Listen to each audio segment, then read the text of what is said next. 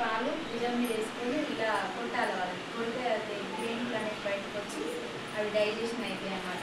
ఏదైనా గాలి తాగేటప్పుడు గాలి పోతుంది కదా, అది బయటకు వచ్చేసి మంచిగా అరుగుదల ఉంటుంది.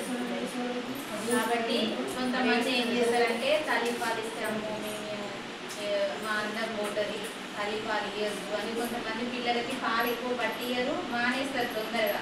అట్లా చేయకూడదు. ఎందుకంటే దాంట్లో చాలా రకాలైన ప్రోటీన్స్, విటమిన్స్ మనం తిన్నాయన్నీ పాల రూపంలో బిడ్డకు వస్తాయి. కాబట్టి అందరూ తల్లిపాలు కంపల్సరీ పిల్లలకు తాపించాలి. అట్లా తాపిస్తే వాళ్ళకి ఇమ్యూనిటీ అనేది బాగా వస్తుంది.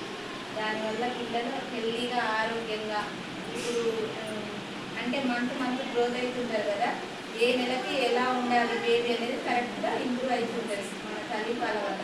వేరే పాలు ఇవ్వడం వల్ల చాలా అనర్థాలు ఉంటాయి. ఏంటంటే ఇన్ఫెక్షన్ కావడం, పిల్లలకి విరోచనాలు, వాంతులు అట్లా వచ్చి అరుగుదల అనేవి ఉండవు.